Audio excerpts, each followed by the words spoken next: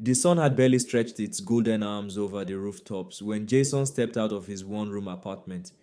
The morning air was cool, the kind that made you believe the day might be kinder than the last. He locked his door carefully, tugged twice to be sure, and slipped the key into his warm backpack. Jason was 26, hard-working and tired. Tired in the way only someone who had been chasing survival for years could understand. He worked at a small printing shop across town, earning just enough to pay rent, buy food, and send a little money to his mother in the village. Every morning, he walked the same road to catch a bus. It was a busy street, lined with small shops opening their shutters, roadside vendors arranging fruits, and commuters hurrying like time itself was chasing them. That morning looked ordinary until it wasn't. Jason noticed the bag before he reached the bus stop. It lay beside a broken curb, half hidden by a pile of dry leaves. At first, he thought it belonged to someone nearby, but no one stood around searching or panicking. He slowed down. The bag looked expensive, black leather, neat and polished, the kind he had only seen carried by businessmen stepping out of expensive cars. He stopped walking. Someone must have dropped it, he murmured. Jason glanced around. People passed by, busy with their own lives. Nobody seemed to notice. His heart began to beat faster as curiosity whispered louder than caution. He bent down and picked it up. It was heavy, too heavy for clothes. His throat went dry. He opened the zipper slowly. Inside were bundles of cash, thick stacks of neatly arranged money, packed tightly as if they were bricks. Jason's breath caught in his chest. He quickly zipped the bag shut and looked around again. No one had seen him open it. His mind exploded with thoughts all at once. This is enough to change everything. He imagined all he could do with the money, starting a small business, helping his mother build a proper house, buying clothes without checking price tags, sleeping without worrying about tomorrow. The bag suddenly felt heavier in his hands, not because of the money, but because of the choice it demanded. Jason sat on a nearby bench, gripping the bag tightly. What do I do? He whispered to himself. His stomach twisted. He thought of the landlord's warning last week about late rent. He remembered his mother's voice on the phone, trying to sound cheerful while hinting that the roof back home was leaking again. The temptation felt like a voice in his ear. No one saw you pick it up.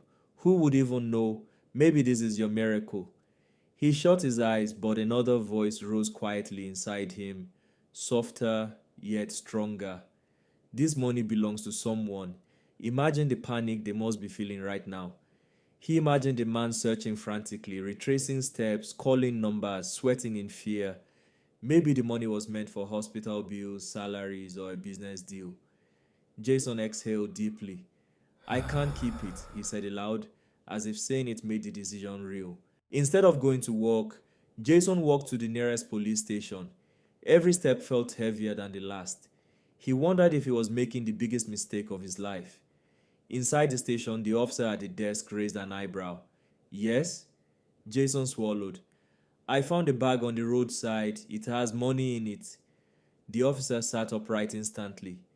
Money? Jason placed the bag gently on the desk. The zipper opened. The officer's eyes widened as he saw the stacks.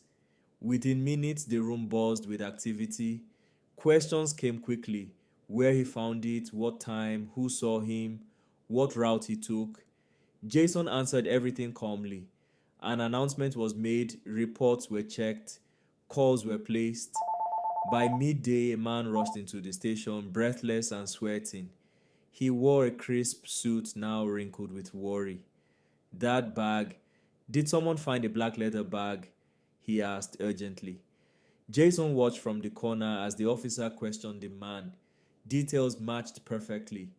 The man opened the bag, counted quickly, and sank into a chair with visible relief.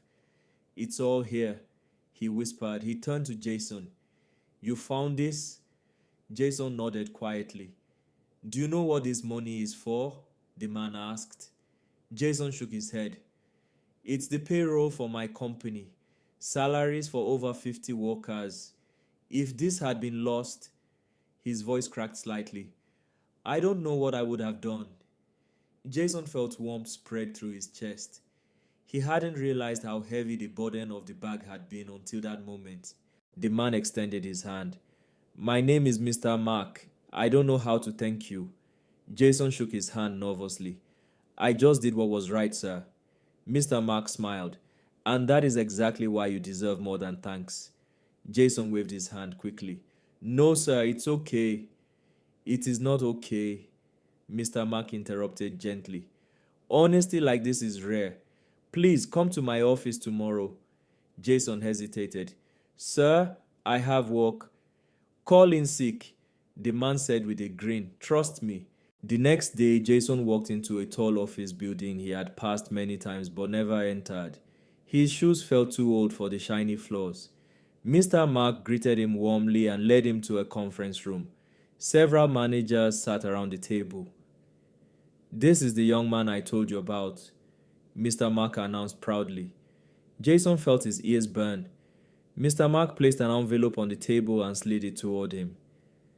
A token of appreciation, he said. Jason opened it carefully. His hands trembled. Inside was a check so large he thought he had misread the number.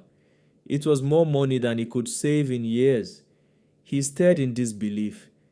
Sir, this is too much. Mr. Mark shook his head. No, it is not enough. You didn't just return money, you saved livelihoods. Jason swallowed hard, emotions rising like a tide he couldn't stop. And there is one more thing, Mr. Mark added. We value people we can trust. Would you like a job? Jason blinked. A job? A better one with growth, stability, and respect? Jason couldn't speak. His dream had never stretched this far. Yes, he whispered finally. Yes, sir. Months passed. Jason moved into a better apartment. His mother's house got a new roof.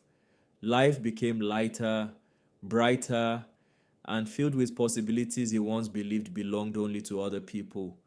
But the most valuable reward wasn't the money or the job. It was the quiet pride he felt every morning when he looked in the mirror. He had faced temptation and chosen integrity, and integrity, it turned out, had a way of paying back, handsomely. Closing reflection one evening, Jason walked the same road where he had found the bag.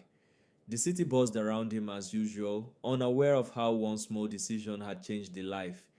He smiled to himself. Sometimes the road tests you, and sometimes doing the right thing opens doors you never knew existed. This is the end of the story. Please like, share, and subscribe. Also, do not forget to turn on your notification bell for more exciting stories.